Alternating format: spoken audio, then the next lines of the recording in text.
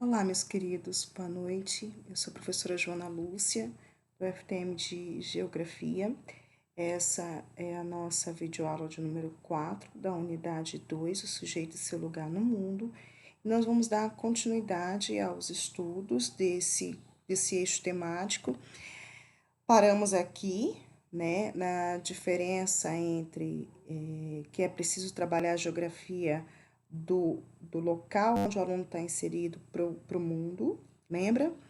E vamos dar continuidade. É importante falar do interior, então, né, do local. Linhares tem poucas escolas do campo, né? Algumas são muito seriadas ainda, com precárias instalações e estrutura, tá? E infraestrutura. Há muitas localidades com estradas de chão que dificultam o deslocamento das pessoas. Então, esse é o do interior de Linhares, tá? Há precárias condições de saúde pública, precárias condições de transporte público, porém, a vida no campo, tirando essas adversidades, é tranquila, né? Um lugar que ainda de Linhares é São Rafael, né? Embora a cidadezinha esteja lá embaixo, não se Rafael é o ponto mais alto do município, tá? É um dos lugares mais altos que nós temos em relação ao nível do mar. É uma cidadezinha de um distrito, Linhares, e aonde as pessoas ainda têm aquela vivência de vida rural, né? Os professores que lá trabalham de muito presente, a família ativa.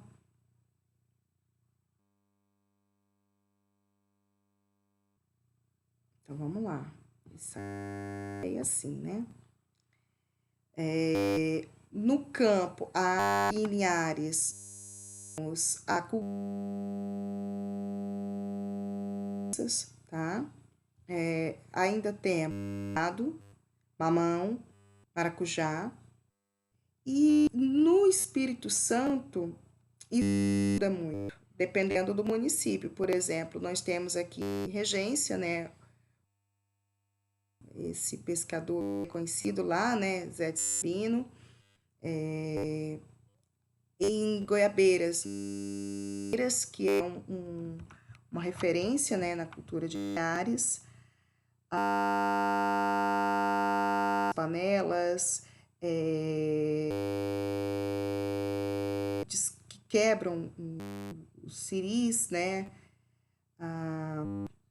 O setor bem presente no nosso modo de vida do povo capixaba, né?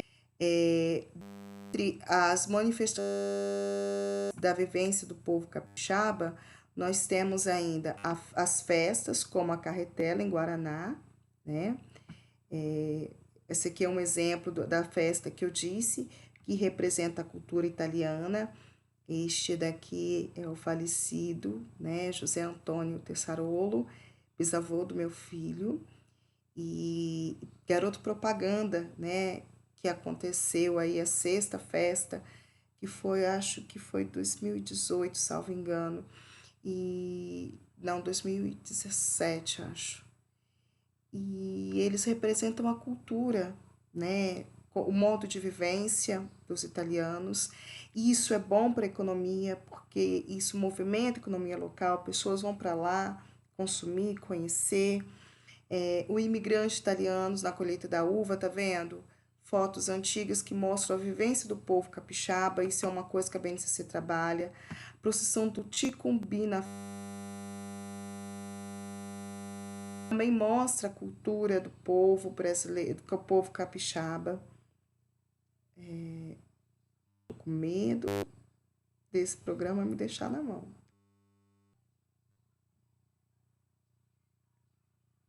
Aqui, a festa da polenta, que também movimenta a economia. O andarilhos de Anchieta, a produção de eucalipto, tudo isso capixaba, da sua movimenta a economia, né? E o povo ter a sua cultura, a sua referência enquanto Brasil aí. As festas do povo capixaba de apontar a festa da Penha, que este ano vai sofrer modificações devido à festa de Itaúnas, o forró de Itaúnas. Todas essas manifestações são a vivência do povo que se pede que o aluno conheça. Os modos de vida no interior do Brasil. Aí a gente já sai de Linhares, de Espírito Santo e vai para nível de Brasil. O eixo de escala e conexões pede para a gente estar fazendo comparação de um assunto tanto a nível local, estadual, nacional e até mesmo nacional, se for o caso, né? Por exemplo, em Minas Gerais predomina a mineração. É isso que movimenta a economia de Alagoas. Elas trabalham geralmente em mineradoras ou empresas que prestam serviço para mineradoras. O gaúcho com o gado, né? O gado, a economia de lá é movido pelo gado de corte, pela plantação de soja. Então, isso mostra o modo de vida, a economia, né? Aqui, ó, no Nordeste, a economia também é hortaliça. As pessoas pensam que o Nordeste é um lugar seco, que só tem sertão, que só tem cacto. Não é bem assim. Esses lugares no Nordeste que a economia por hortaliças, né? Por exemplo, seringueiros, é extrativismo vegetal. A economia do Centro-Oeste, ela é movimentada pela cultura, pela pecuária, pelo extrativismo de madeira, mineral, né? Pela plantação de algodão, gado de corte.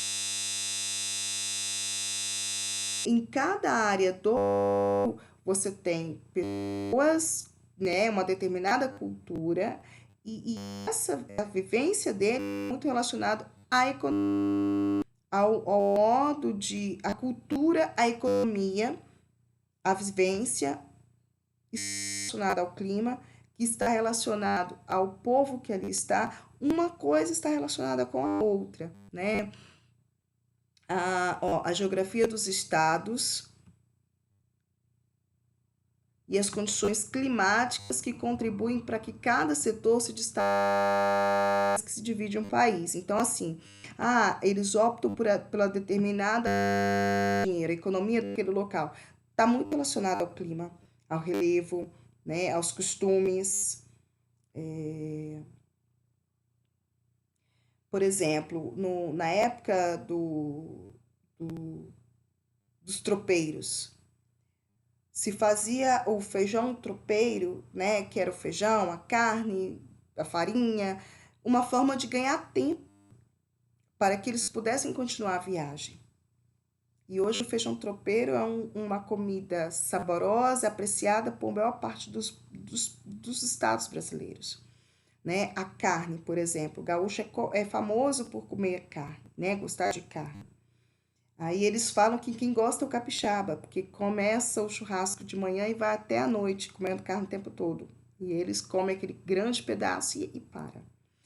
Mas, enfim, na época do Brasil colônia, o Brasil ele exportava couro, né? Então, o gado ele era criado não pela carne em si, mas pelo couro.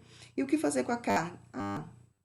Dá para o povo comer, dá para as pessoas. Então, era como se fosse um rejeito. Hoje é o contrário, né? Utiliza-se sim o couro, mas cuida-se, cria-se gado, principalmente pela carne e também pelo leite, né? O couro, ele passa a ser uma outra opção, mas não é o principal, não é o carro-chefe. Na região centro-oeste, composta por Mato Grosso do Sul, Goiás e Distrito Federal, é essencialmente agrícola, né? É uma região onde predomina o setor primário, que é o setor agrícola, o extrativismo. O setor primário da economia é o quê? É o setor que tem agricultura, agropecuária, extrativismo mineral, vegetal, tudo que tira a riqueza da natureza, tá? Então, eles têm a cultura da soja, do milho, do arroz e grande representatividade no setor pecuário. No Sudeste, destaca-se também a agropecuária pela produção de cana-de-açúcar, tá? Cana-de-açúcar na região Sudeste, sim, cerca de 50% do país, tá? E de carne bovina. Outras culturas são algodão, amendoim, café, milho, mandioca, arroz, feijão, soja e laranja. Entre os principais ramos industriais está o de construção de avião, feito pela empresa brasileira aeronáutica, Embraer, e o petrolífero. Aqui em Linhares mesmo, nós temos uma grande representação, né, pelo petrolífero, o cacimbas, a exploração de petróleo, de gás natural, e isso também representa a região Sudeste e Linhares, né? Também vende para países da América Latina, da Ásia, da Europa e América Central, rações de animais, né, sucos e minério de ferro principalmente em Minas Gerais, né? Mas nós temos aqui também na região da siderúrgica de Tubarão e Vitória esse extrativismo. Então, assim, não predomina uma coisa, né? Existe aí um conjunto de coisas que movem a economia de certas regiões. Por exemplo, no sul, a produção de soja é bastante significativa, né? A produção de arroz, de trigo também ganha destaque no Rio Grande e no Paraná, respectivamente. Outras fortes da região são a avicultura e a suinocultura e pecuária leiteira. No setor industrial, com o processamento de carne de frango, suína, soja, trigo e milho. A indústria madeireira não contribui somente para o setor moveleiro, cujo maior parque se encontra em Santa Catarina, mas também para a produção de celulose. Então, o sul, a gente pensa só no gado, né, no gado de leite, mas não é só isso, tá vendo? Existem aí vários outros setores da economia. Lembrando que o setor primário é o extrativismo, agropecuária, agricultura, é o setor secundário, é o que vai trabalhar a matéria-prima, que é basicamente as indústrias do algodão, que vai pegar o couro, vai transformar numa bolsa, num sapato. Esse é o setor secundário. O setor terciário é o comércio, é o setor varejista, os lojistas, né? Que vão pegar o produto que veio das indústrias e vão vender. É a prestação de serviço, é o funcionário público, é o professor, é o carpinteiro, faxineira, pedreiro. Essas pessoas que prestam serviço uns para os outros, para empresas públicas e privadas e que prestam serviço para vender esses produtos que as empresas produziram.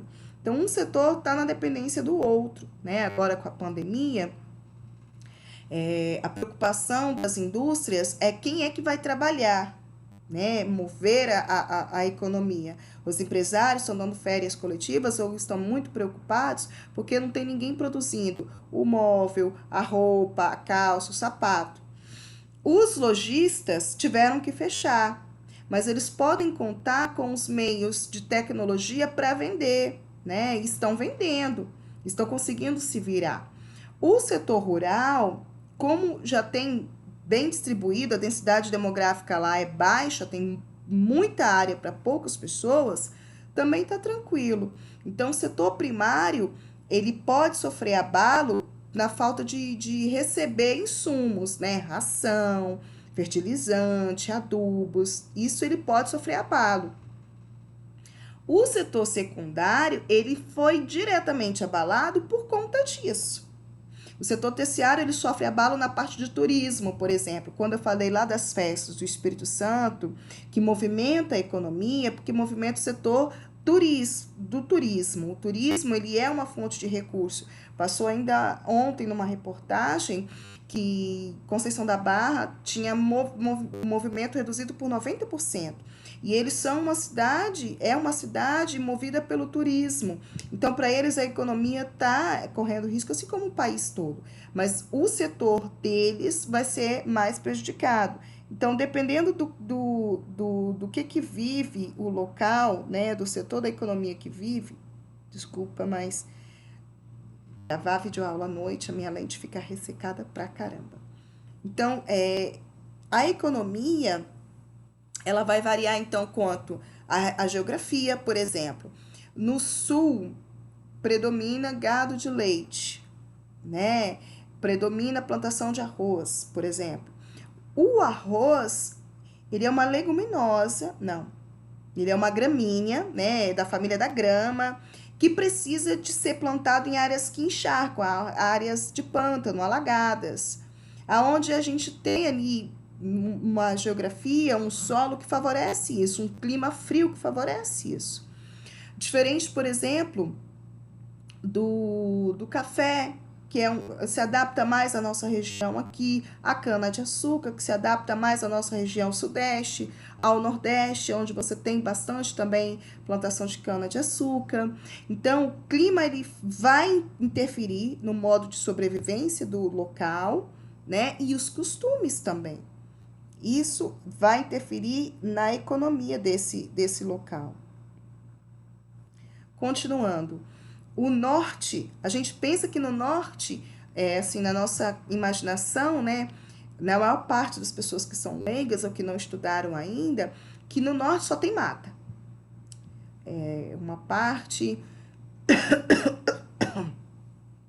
aonde você vai ter a maior parte da produção, da população vivendo na zona rural e vivendo da agricultura. Mas não é bem assim, né? Na região norte, destaca-se empresa, indústria de eletrodoméstico, de eletrônicos, tá? Tá faltando um i aqui, ó. E de veículos de duas rodas tem grande significância em relação às outras regiões do Brasil. Manaus concentra a vanguarda da produção eletrônica do Brasil, de TV, de computadores e aparelhos óticos, afirma Machado. Então, observa que essa visão que a gente tem de caracterizar toda uma região com uma só área da economia, um só setor, é errôneo, né? No norte eu também tenho um setor, então, secundário, ao invés de ser só o primário. O Nordeste também tem grande representatividade da cana-de-açúcar, como eu já disse, setor primário. Produtos industrializados à base da cana, como o álcool e o açúcar, né, que é o setor secundário. A região também exporta soja, a indústria têxteis e de tecidos, né, e de calçados espalhados em diferentes estados nordestinos. Ou seja, eu tenho o setor primário, eu tenho o setor secundário e eu tenho o setor terciário, porque o Nordeste é a parte do Brasil que mais vive também de turismo, né? A gente tem que levar isso em consideração. E isso está intimamente relacionado ao clima, ao relevo, por ser uma cidade litorânea, acaba atraindo esses turistas por conta das praias, né? Conhecendo a cultura dos nossos alunos, é interessante a gente fazer práticas de ensino que favoreçam aos alunos pesquisarem junto aos pais os seus costumes, as suas culturas, os seus familiares, como eu já havia dito. E aqueles que não sabem escrever ainda, que façam desenho. O objetivo é a criança entender que esses eventos, né, da cultura, a festa do milho, a festa da polenta, isso também tem origens históricas, né? A festa junina. As pessoas pensam que é tudo ligado ao catolicismo. Não é. Na verdade, a festa junina, ela surge lá na Idade Média ainda como uma comemoração pela colheita. Após a colheita, se fazia uma festa para comemorar. E aí, boa parte das pessoas eram da religião católica, agradeciam os santos pela colheita. E aí, essa festa acabou, né, a festa junina, sendo relacionada aos santos católicos. Mas, na verdade, não é. A origem dela é uma comemoração em relação à colheita de certos... Perdão. De certos vegetais, né? existe uma festa que chama milho aqui na região, que é fortemente criticada por alguns evangélicos, que dizem que é crente inventando desculpa para fazer festa de santo católico. É ignorância isso, é intolerância. Por quê? Porque é o período de, né? E fazer a festa do milho é uma forma de você comer aquele vegetal da estação, de você movimentar a economia do local com essas festas. Pessoas vão lá vender, pessoas vão lá comprar, vão ter que comprar roupa, vão ter que comprar sapato e movimenta a economia do lugar, né? E isso está relacionado a uma cultura e não uma religião em específico.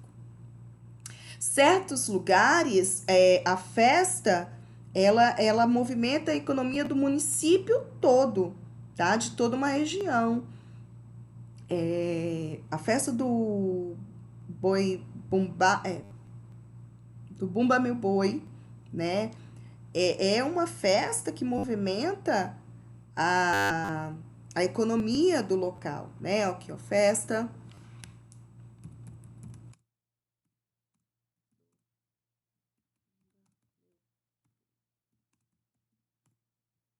Vamos ver aí, vamos pedir ajuda ao Google, já que a gente tem esse recurso, né? Quando dá falha, a gente tem que pedir ajuda.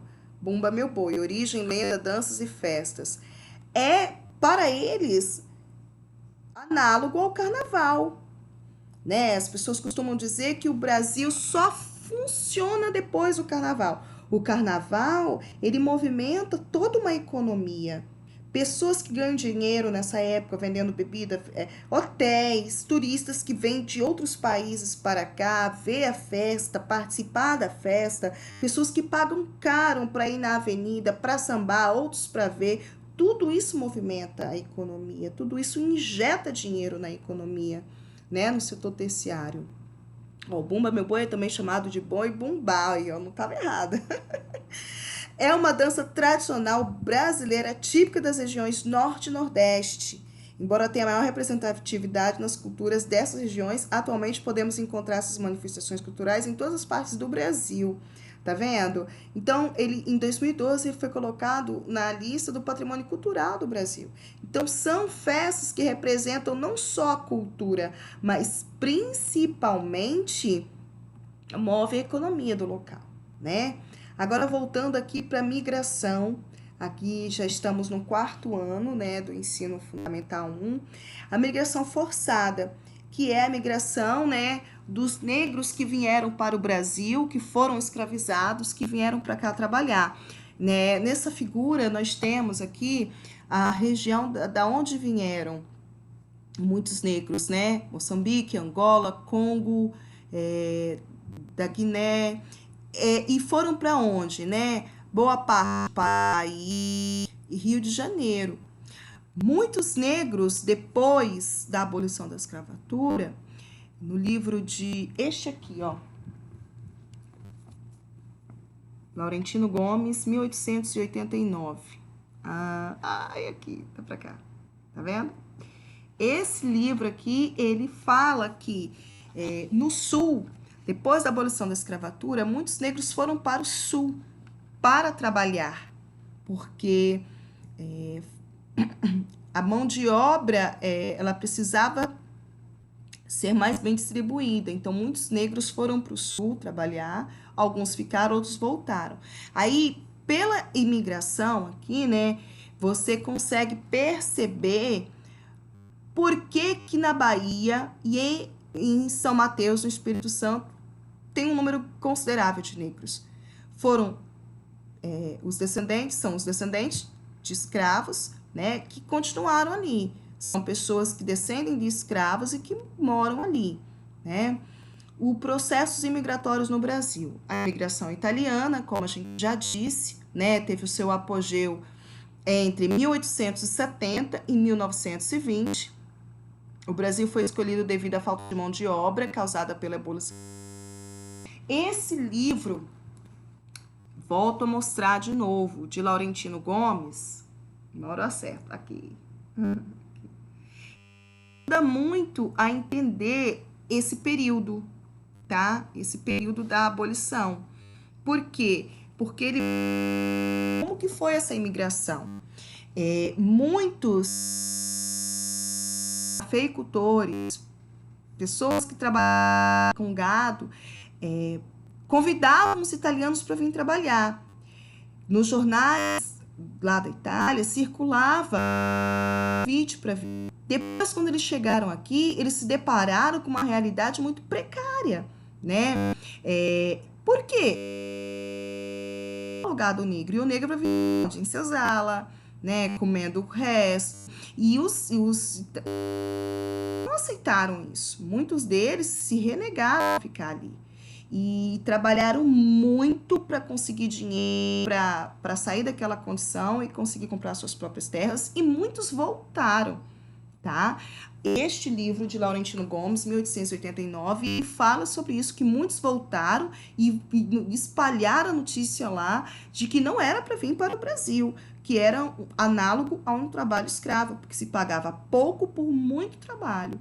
Tá? Então, muitos dos italianos que para cá vieram para o Novo Mundo tentar a vida, voltaram para lá. Nem todos ficaram aqui, mas uma grande parte ficou. Tá? A contribuição. Esses imigrantes, eu já disse, eles trazem seus costumes, a sua comida, o seu linguajar, os seus costumes, a sua tradição. Por exemplo, os africanos trouxeram as palavras acarajé, banguela, caçula, cafundó, canjica, cafuné, dendê, farofa, fubá, fum, mandinga, marimbondo, moleque, quiabo, quilombo, quitanda, quitute, são de origens africanas, da língua iorubá, nagô. Então, são contribuições do povo negro para a formação da linguagem do povo brasileiro aqui, da nossa linguagem, né? As comidas também. No livro Escravidão, de Laurentino Gomes, de 2019, lançado ano passado, ele fala sobre isso. Ele queria, na verdade, saber o que o povo europeu comia antes de conhecer o negro e o índio, porque é do índio e do negro o consumo de aipim, batata doce, mandioca, batata normal, milho, grande parte dos alimentos que fazem parte da nossa comida brasileira vem dessas etnias, dessas culturas. Os afrodescendentes, eles não oraram só com as palavras, mas também com os instrumentos musicais, com a alegria, né, com a dança. O povo negro, ele foi visto pelos europeus, pelos preconceituosos, como um povo a tendências de arruaceiro, de banderneiro, de bandido e etc. Isso são pensamentos de uma corrente etnocêntrica, ou seja, de pessoas que consideram a sua cultura superior à outra, né? E geralmente aqui no Brasil é a cultura branca que se acha superior.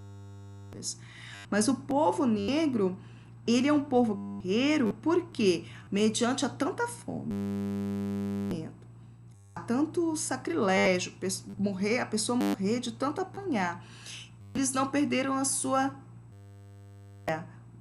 seu molejo. Eles não perderam o costume com seus antepassados de usar os batimentos, os instrumentos de percussão, né? Que são aqueles instrumentos que a gente bate, como o pandeiro. Aqui nós temos o agogô, instrumento, né, musical africano também. O berimbau, muito conhecido na parte da capoeira, né? Eu esqueci o nome deste agora, tá? Mas a capoeira, ela é da cultura africana. Ela era uma dança que virou uma luta como forma de defesa, porque o homem branco tinha a arma de fogo na mão e o negro tinha o próprio corpo. Então, ele usava o próprio corpo para se desvencilhar das amarras, dos feitores, da arma de fogo, e foi proibida a capoeira por muitos anos no Brasil. Não fosse praticada para que os outros negros não aprendessem a se defender. E hoje ela é uma luta, mas ao mesmo tempo ela é uma dança, porque ela é brincada, ela é jogada como uma forma de reverência, de lazer, de entretenimento, mas ela ainda é mal vista, né, com preconceito de lá de trás. Então existem certos preconceitos que eles ficam arraigados na nossa sociedade e que nós, como educadores, vamos desmistificar isso, derrubar esses preconceitos, né? Do povo indígena, nós temos a contribuição dos cestos, né? Dos cestos, tanto dos vasos quanto as panelas de barro, a gente sempre pensa que é do negro, né? Muitas coisas que era do índio passa a ser do negro e vice-versa, porque eles conviveram boa parte do tempo da nossa história do Brasil juntos na senzala. O negro, ele foi colocado junto com alguns indígenas. Não resolveram substituir tudo de uma vez. Vão pegar todos os índios, jogar de volta na mata e vão pegar negro. Não foi bem assim. Muitos negros acharam refúgio nas matas, e quem deu esse refúgio foram os índios. Então, por exemplo, a farinha de mandioca é do índio, né? O cultivo do linho, do tear é do índio, a construção de panelas de barro é do índio, a construção de cestos é do índio, né? O meu penacho, olha, adoro esses penachos, essas penas, é indígena, né? Os colares de semente é do índio. E para ele não é só um adereço, não é só um enfeite. Para ele tem também uma importância religiosa, né? As guias, os colares, assim também para o negro. Os colares que os negros, que as negras usam, são guias, são como se fosse o terço para o católico, né? Aquele chapéuzinho lá para aquela religião que eu agora esqueci o nome, é melhor nem tocar no assunto, né? Mas são objetos que fazem parte de uma tradição, que fazem parte de um costume, né? E que para esse povo tem um significado maior.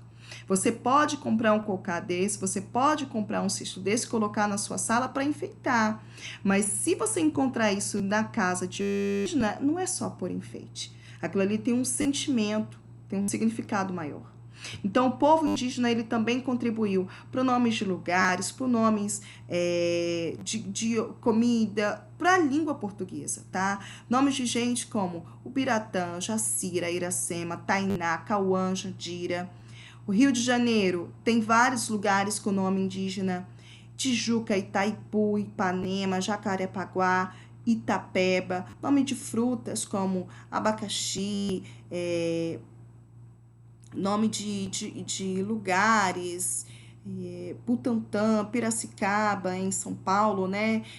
Não importa onde se vivia, qualquer brasileiro já teve contato com uma infinidade de palavras indígenas. Uruçuquara é uma palavra indígena. Existem escrituras lá que tem C cedilha Uruçuquara, porque é de origem indígena. Depois a palavra foi aportuguesada e ficou com 2 S's, né? Mas a língua indígena, o indígena contribuiu no tomar banho, é do indígena que a gente pegou esse costume, eu acho que eu já falei isso para vocês, né? O europeu, o italiano, tomava banho dia de sábado, ou às vezes não tomava, passava dias sem tomar banho, porque o inverno rigoroso da Europa não favorecia banhos todos os dias, né? Os melhores perfumes são os franceses, porque eles não tomavam banho todo dia. Então, eles precisavam de uma boa colônia para disfarçar o aroma, né? O azedume. E esses costumes, eles vão passando de geração em geração, né? O fato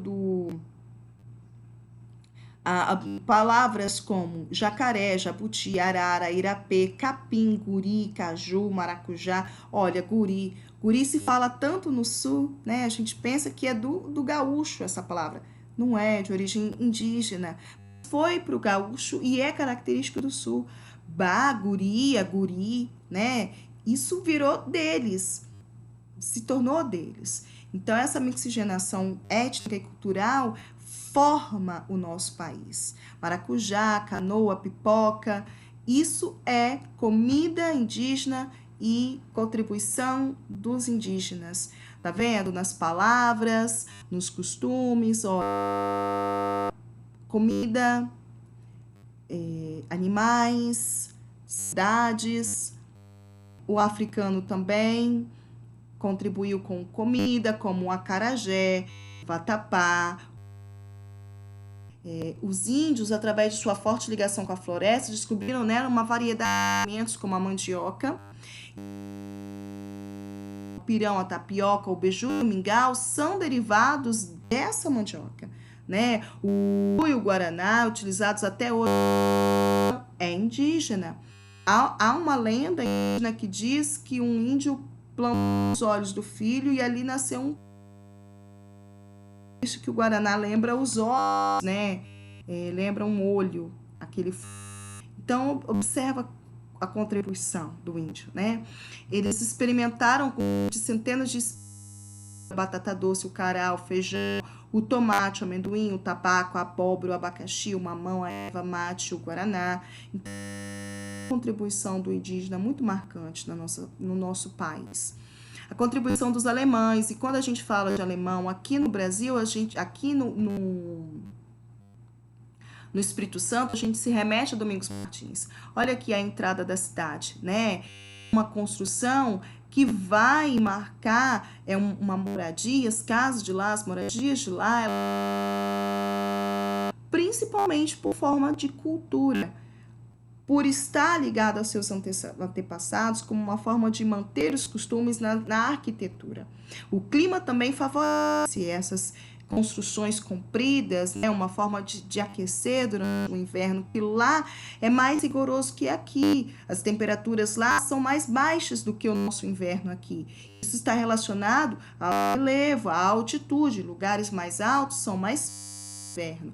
Lugares mais planícies não tem invernos tão rigorosos, né? Ainda mais nós que somos um município litorâneo, né? Que o mar está muito próximo da gente. Lá eles estão próximos às montanhas, então você tem um clima fresco, mais frio.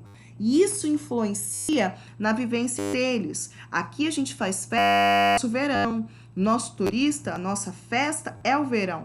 Lá, o que movimenta a economia do terciário é a festa da cerveja, a festa que acontece lá, geralmente é o frio que atrai as pessoas para lá. Assim também em Santa Teresa. Os italianos, eles contribuíram na culinária, no queijo, no vinho, né, na mala, na pizza, na lasanha, macarronada, o catolicismo de uma forma geral, né? Isso tudo tem influência no Brasil pelos italianos. Os portugueses, né? Os portugueses, além da língua portuguesa, né? Nós brasileiros também herdamos dos portugueses muitos coisas, né? Se você parar para pensar sobre o Brasil, escravizou o Brasil, foram os portugueses, esse jeitinho brasileiro nós herdamos de quem? Né? Não é um jeitinho brasileiro, é um jeitinho herdado dos portugueses. Quando eles vêm para o Brasil em 1808, fugindo de Napoleão, Dom João VI passa o rodo nos bancos de lá, nas joias, riqueza de lá, e vem para cá. E quando ele volta para Portugal, ele faz a mesma coisa aqui no Brasil. Ele passa o rodo no Banco do Brasil e o filho dele acaba tendo que se virar, né, fazer malabarismo para conseguir contornar esse desfalque. Então, o povo brasileiro, ele herda também dos portugueses esse oportunismo, né? Esse jeitinho de querer passar a perna, de querer se dar bem. Isso é uma herança, querendo ou não, né? Não falando mal dos portugueses, me desculpa aí quem é descendente de português, mas é uma verdade, né? Além destas vários folguedos regionalistas, cavalhadas, o bumba meu boi, o fandango, a farra do boi, denotam grande influência portuguesa, tá? A quadrilha, No folclore brasileiro são de origem portuguesa a crença em fantasmas como a cuca, o bicho-papão, o lobisomem. Muitas lendas e jogos infantis como as cantigas de roda é de origem portuguesa. Pratos também como o bacalhau, as bacalhoadas, né? O vinho do Porto, né? A língua portuguesa, né? Que é a nossa principal língua falada no Brasil. A religião católica, a crença da maior parte da população. A gente herdou dos portugueses, isso em decorrência da colonização, né? E aí, para os assuntos do 5º ano, a migração no Espírito Santo, que eu acabei falando lá atrás um pouco sobre isso, né? Priorizou aqui no Espírito Santo, então, as etnias que predominam aqui no Espírito Santo, um dado de 2016, ó, não é tão antigo. Por cor, segundo o IBGE, de 2012 a 2016, a cor do Espírito Santo que predomina é a cor parda, ó, a distribuição da por cor. Aí de 0 a 50, então, acredito que aqui seja a cada 50 pessoas.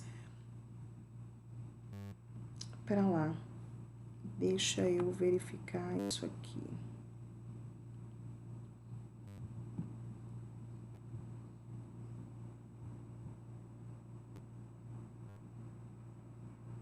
Ah, entendi agora. É uma comparação por etnia no ano de 2012, que é esse gráfico claro, e no ano de 2016, que é o azul mais escuro. Então, em 2012, nós tínhamos brancos 46,6%, né, e teve um decréscimo para 2016 para 44%. De pretos, 7,4% se declararam pretos e 8,2% se declararam pretos. Houve um aumento. Aqui também, 45,3% se declararam pardos e depois, em 2016, 46,7% se declararam pardos. Por que eu estou usando a palavra declararam? Volto a dizer, a cor ela é autodeclarada. Nós temos que lembrar o seguinte, muitas pessoas têm vergonha de assumir que são negras, porque eu já disse para vocês que a palavra pardo é antiga, lá da época de 1889, 1888, quando estava terminando a escravidão, que para poder reconhecer quem era misturado, digamos assim, ou já era liberto, aquele ali é pardo, né? Como se ele fosse menos ruim, infelizmente, era essa a denotação que davam. Então, essa informação que eu estou dando está no livro Negro e Negritude, tá? Não está aqui agora, está lá na biblioteca, mas não é eu que estou inventando, tá? E aí você percebe o seguinte, ou aumentou a população dessas pessoas com essa etnia, ou aumentou as pessoas que começaram a se assumir como negro, como pardo. E se você considerar que negro e pardo não são brancos, se você soma a quantidade de pessoas no Espírito Santo de cor escura, é maior. Ano passado, 2019, saiu uma reportagem em novembro do ano passado, mostrando que o Espírito Santo tem a maior parte da população negra. Todavia, é a parte que menos tem remuneração, educação, está em defasagem quando comparado com as outras etnias, no emprego, no mercado de trabalho, em concurso público, em vários setores. Isso é um reflexo de um preconceito que eu já trabalhei com vocês em uma dessas videoaulas. O mapa da desigualdade, olha só, o índice de desenvolvimento humano, ele vai se basear em educação e renda para avaliar o desenvolvimento de um país. Ele varia de 0 a 1, sendo que não existe um país com totalmente 0, né? 0,0, e nenhum país totalmente 100%. O Índice de Desenvolvimento Humano é uma unidade de medida utilizada para aferir o grau de desenvolvimento de uma determinada sociedade, dentro desses 3 quesitos: educação, saúde e renda. E aí nós temos os países no mundo e o Índice de Desenvolvimento Humano pelos estados brasileiros. Então, olha o mapa da desigualdade. No mundo, o IDH, o melhor é o da Noruega, seguido da Austrália, e em terceiro lugar está a Holanda. O Brasil, ele está em 84º lugar, ou seja, 84. Ele está bem lá atrás, no índice de desenvolvimento humano a nível mundial. No Brasil, os estados que mais têm um desenvolvimento humano ruim, né, ou melhor, são, em primeiro lugar, os que têm um índice de desenvolvimento humano maior. Rio Grande do Sul, Santa Catarina, São Paulo. Isso explica, com certeza explica por que recebe tantos imigrantes, né? Existe uma piada de mau gosto que o cearense tem a cabeça chata, porque quando nasce um cearense, os mais velhos costumam bater na cabeça dele, meu filho, quando você crescer, você vai para São Paulo, né? Então, assim, é uma piada de mau gosto, mas fala uma realidade, o grande êxodo rural que acontece do Nordeste, do Norte, indo para os grandes centros, em busca de quê? Melhores condições de vida, melhor IDH, melhor condição de trabalho, de saúde, né, de educação. Os piores, olha, os piores IDH no Brasil. Acre, com 0,69, Sergipe com 0,68, Alagoas com 0,64, Paraíba com 0,66. Então, perceba que existem lugares do nosso país que a diferença do IDH é grande. E isso vai gerar reflexo nos outros eixos, né, da sociedade. Olha, o ranking 2018 do IDH, segundo a ONU, traz o Brasil em 79 lugar, vamos dizer assim. Esse eu não consigo falar.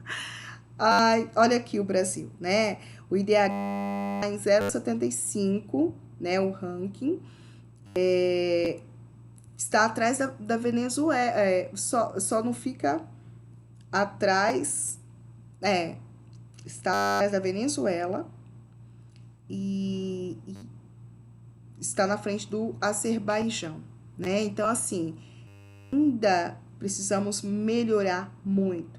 E aí, aquela videoaula que eu falei com vocês, em relação, esse daqui é de 2018, tá, pessoal? Esse infográfico aqui, ó. Aquilo que eu falei que nós precisamos melhorar muito na distribuição de renda é isso daqui.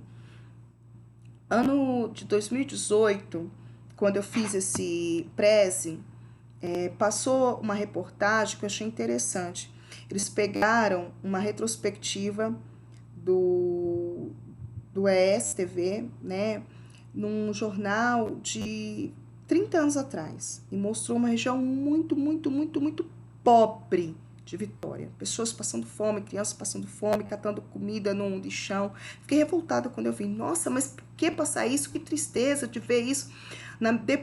Depois do intervalo, veio as mesmas pessoas, né? Passaram 30 anos mostrando, aquela criança sou eu consegui, né, melhorar de vida, hoje eu tenho casa própria, eu tenho um emprego, eu tenho uma renda, e eu dou graças à Bolsa Família, Bolsa Escola, as cotas, eu fiz faculdade, hoje eu tenho uma profissão, hoje eu tenho um emprego. Aí eu parei para pensar, poxa, que legal isso. Porque eles mostraram que não é esmola, é uma forma de tentar ajudar aquele que está abaixo da linha da pobreza, que está na miséria, ter uma condição de vida mais digna, né? E a pessoa mostrando-se feliz, chorou ao ver o seu passado de muita pobreza, mas ao mesmo tempo feliz por ter conseguido alcançar um desenvolvimento humano melhor, né? E isso faz parte do nosso governo, pensar nos pobres e não governar só para os ricos, só para os empresários. É isso que a gente precisa perceber quanto cidadão. A pobreza entre crianças e adolescentes no Espírito Santo. Mais de 300 mil crianças e adolescentes vivem na pobreza no Espírito Santo. uma coisa mudou, diminuiu, mas ainda é muito. Olha, em 2006 eram 60,7%. 2007 diminuiu, 2008 diminuiu, 2009 aumentou, 2010 não há dados. Olha 2015, 38%, diminuiu consideravelmente, caiu quase pela metade, dentro aí de quase 10 anos, 9 anos, né? O que aconteceu nas políticas públicas para que isso melhore? Pensem, não vou falar, tá? Agora perceba, de 38,4 deu uma diminuída, mas ainda corresponde a 366.614 crianças e adolescentes. É muita coisa, tá? Olha lá, 366.614 que são crianças e adolescentes até 14 anos. Isso é um dado da Fundação Ambric, do BGE, que vem apontar para a gente. Isso é uma vergonha, porque nosso estado é considerado um dos estados mais ricos do Brasil. E nós não deveríamos ter esse dado tão alto de crianças pobres assim como nós temos. Isso vem mostrar para a gente que a gente precisa investir mais em distribuição de renda, em educação. E você, quanto professor, quanto pedagogo, quanto educador, na sua sala de aula, você pode dar o melhor de você. Você pode plantar no coração daquelas crianças capazes de sonhar, de crescer, de lutar, que elas são capazes de sair daquela zona de pobreza que elas estão. O professor crê nisso. É o que dizia Paulo Freire, na pedagogia da esperança, na pedagogia da libertação, da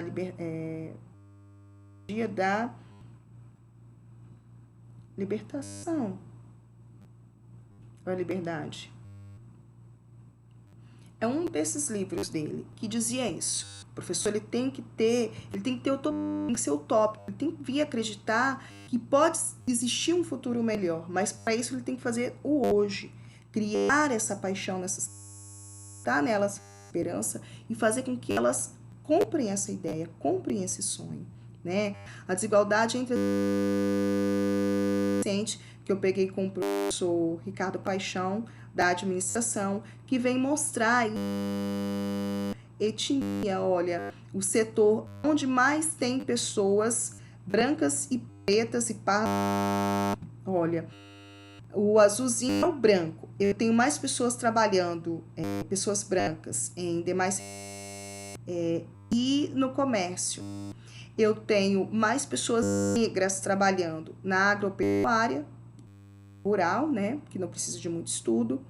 Na indústria está meio que equiparado, ainda predomina brancos, mas está 50%, né?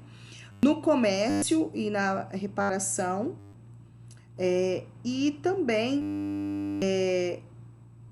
em relação a demais serviços. Olha, isso é em 1.000 pessoas, tá vendo? Isso é de 2017.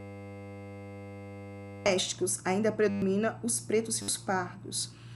A educação, os serviços sociais, predomina pessoas brancas trabalhando, né? O rendimento médio real ocupadas por sexo e cor. Então, aqui nós temos a cor, né? De 0 a 3 mil reais. Em 2017, homens, né? Aí nós temos aqui os homens ganhando 2.650, tá? As mulheres 1.743. Desse quantitativo, pessoas brancas ganhando 2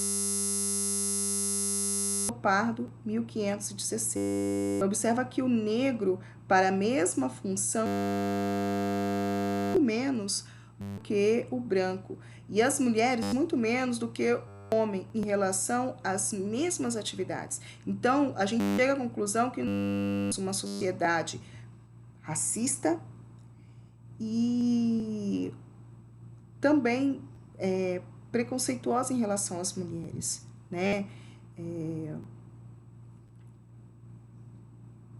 E não é à toa que o Espírito Santo é o local onde mais morrem mulheres por feminicídio. E morrem simplesmente pelo fato de serem mulheres, de ganhar mais, de ocupar um status melhor do que o homem. O homem achou no direito de chegar em casa bêbado, bater na mulher e matou. Por quê? Matou. Entendeu? Normal, como se isso fosse normal, isso não é normal.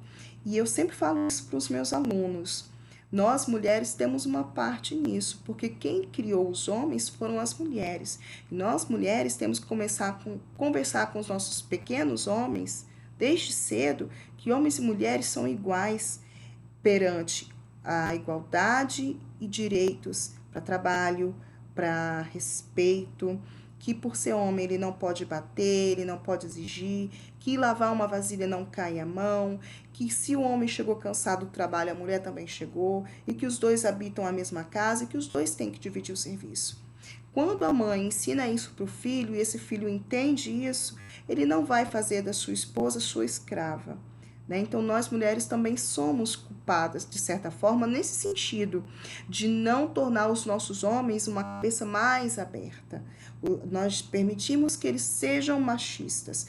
Nós mulheres, não podemos ser machistas. E também não é ser feminicista, não é feminista ao extremo. Né? É agir pela razão, certo? Então, eu encerro essa unidade 2, o sujeito e o seu lugar no mundo, e qualquer dúvida, entre em contato comigo, me desculpe aí as falhas técnicas, às vezes, falando rápido, você acaba atropelando uma palavra ou outra, eu não consegui ainda aprender a editar, mas eu vou aprender, tá? Titia vai ter tempo para isso. Como foi deliberado isso no início dessa semana, essas aulas à distância, eu tive que me virar nos 30, literalmente, para poder gravar essas videoaulas. Estou fazendo boa parte delas à noite, que é quando os meus filhos estão dormindo, porque de dia é a agitação, né? E eu gostaria que vocês me perdoassem. Qualquer equívoco aí que vocês encontrarem, entre em contato comigo para que eu possa elucidar, tá certo? Fiquem com Deus, tenham um bom estudo, tá? E até a nossa próxima videoaula. Fica com Deus, tchau, até mais, tchau, tchau.